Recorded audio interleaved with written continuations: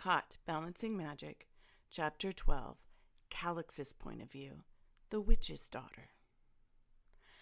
Jack's big tavern room acted as a common gathering ground for every male for miles around, drawn here by the man's high-powered, intoxication-guaranteed ale, a few vials of contraband blue, and the 3 women. Dressed up as poor imitation witches in the cheapest silk coppers could buy, they added to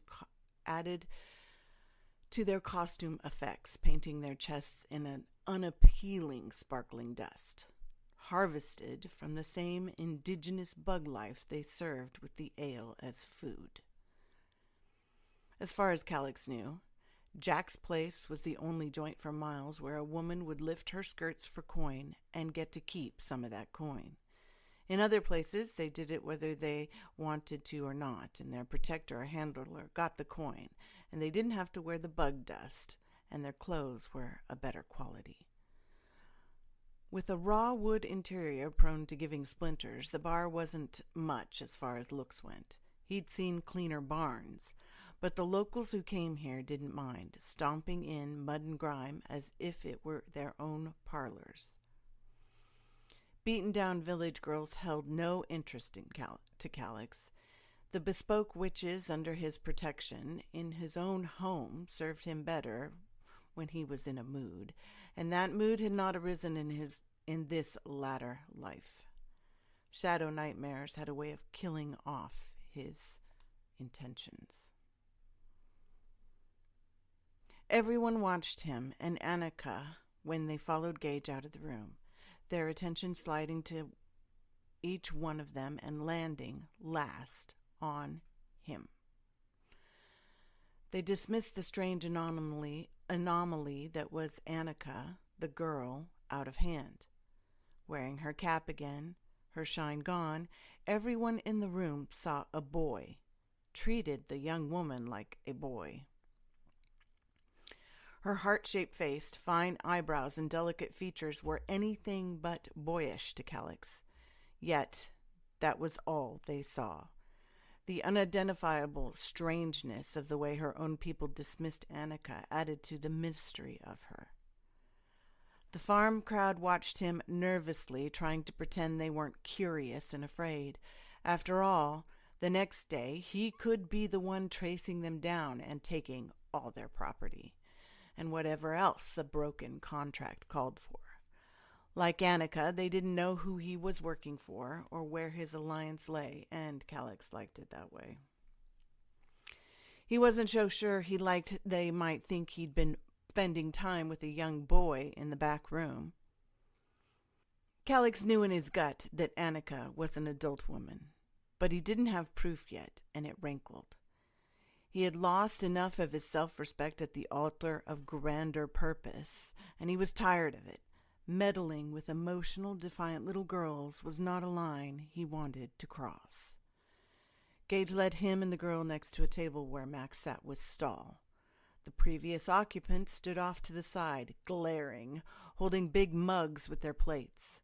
Calix returned the glare of the oldest one, the leader of the group, until his shoulders drooped and he looked at the floor in defeat. Wisely, the man led his people away to crowd themselves in with others at the bar. So much for not drawing notice. At least they only seemed to see him and his men. They treated Annika's presence as all the others, paying her no more than a single cursory glance, probably wondering what Calix was doing with her. He sat her down between himself and Max. Immediately, her head snapped to the side, glaring at the other man. "That was fast," she said with marked disgust, scooting away from Max. "Can I sit on the other side? I don't like the smell of my stepsister's leftovers." Gage barked out a surprised laugh, moving his chair between her and Max. "And you thought you could be clever," the Gnoll said. Max's need to wallow had outed him. Calix gave them all a frown. They didn't have time for this. Stahl sat across from him and listened to the exchange, a confused expression puckering his features. The man bore all the signs of a disease city doctors were starting to call absence. Skin clinging to bone as if his body were shrinking in on itself, premature aging into a fragile-looking, wizened codger who needed a knotted willow-wood cane to stand. He bore all the symptoms of a mage who'd been denied mingling with witches. His magic was killing him. It was a horrific way to die. Let's get this over with. Sure, Addo, sure. I don't want to be here any more than I need to be, Stahl said, pulling his bulky shoulder bag into his lap. Do you want to go outside? We are here now. Show me what you have. Sure, Addo, sure. We can check the goods here. Grimy paws sinking into his sack, Stahl searched through its contents, shooting Calix, Max, and Gage appeasing glances. Calix frowned. The damage had been done here. The wagging tongues had enough of chat about for months. It wasn't as if his ways weren't known. Stahl was the only one exposing himself to this group. Not that he didn't have a terrible reputation already. And Calix didn't care. The man had been bragging for months, trying to drum up some business. He couldn't weasel out now that the business had arrived. Next to him, Annika shifted, her knees bouncing, no doubt thinking up escape routes. The caller didn't give him full access to her thoughts, but her feelings leaked through clearer as the ilium warmed to her. Still Mo Catalich, he thought at her. Her legs stopped moving, but her shoulders jerked, reacting as his will took hold. She looked straight ahead, refusing to turn toward him. Calix silenced his chuckle. Poor girl. He pat her on the thigh, holding her still while he did it. That earned him the scowl he expected. Her legs stopped moving, but her shoulders jerked, reacting as his will took hold. She looked straight ahead, refusing to turn toward him. Calix silenced his chuckle. Poor girl. He pat her on the thigh, holding her still while he did it. That earned him the scowl he expected. She was so fun to play with. Although he had no intention of forcibly accosting her, it was nearly impossible not to tickle at her outright rebelliousness. Familiar with accommodating willing witches, Amnika's formidable resistance, even when controlled by an ancient Ilium witch-made collar, fascinated him. Wearing his gloves again, with her covered in clothing, he noticed that neither his shine or her allure was reacted to the touch. Stahl found what he was looking for. He brought out 3 round spheres. Bigger than a duck egg, the round man-made balls were decades old. Calix recognized the rough copper-wired surfaces immediately. Are they stolen? He asked. Oh, no, Addo. No. Why, of course not. Would Stahl do you like that? They are scavenged. Found them outside of Prydain, I did, in Andoc's field. You know the place?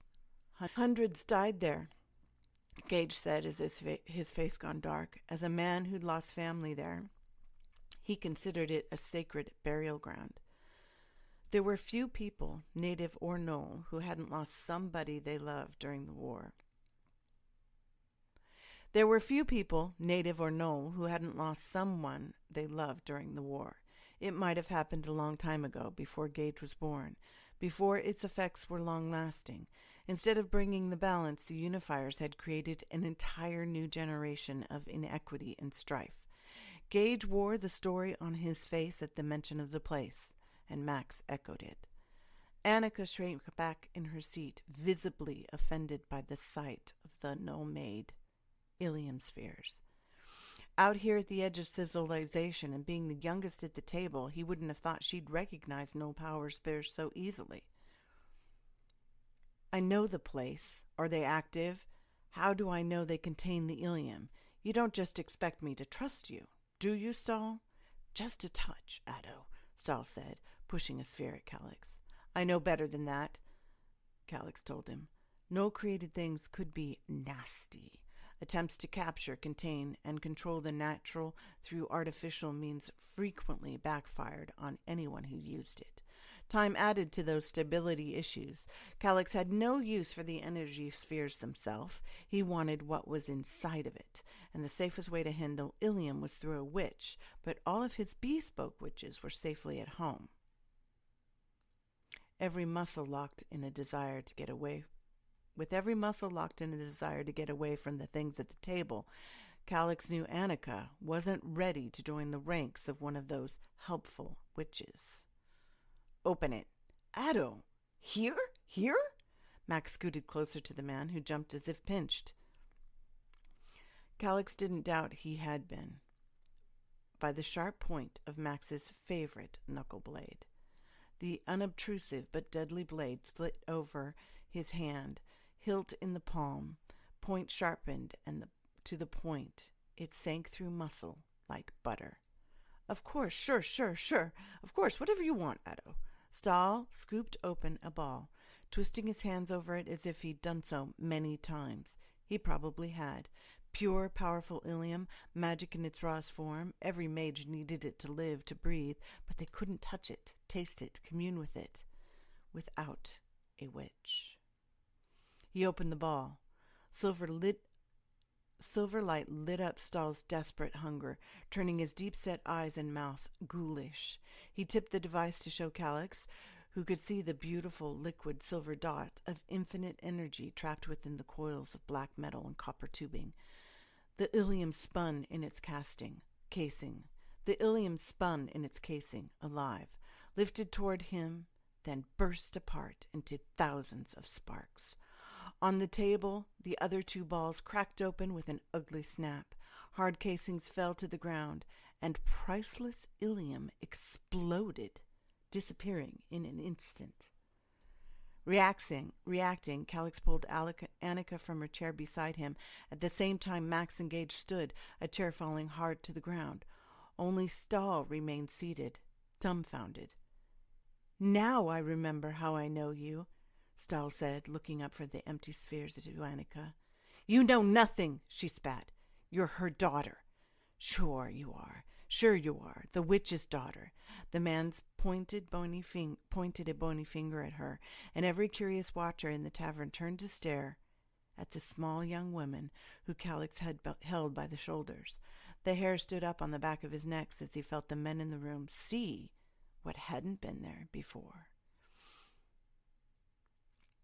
Annika tried to shake herself out of Calix's hold, but as small as a kit next to his bulk, she wasn't going anywhere.